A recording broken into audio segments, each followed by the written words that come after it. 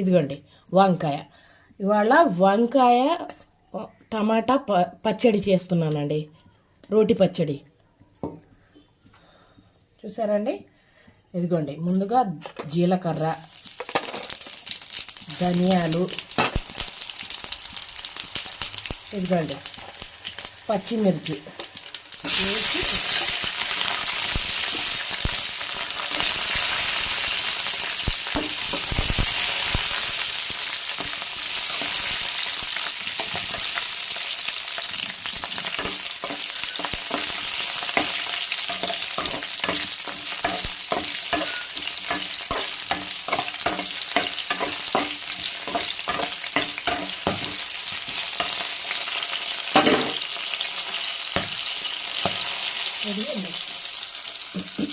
వంకాయలు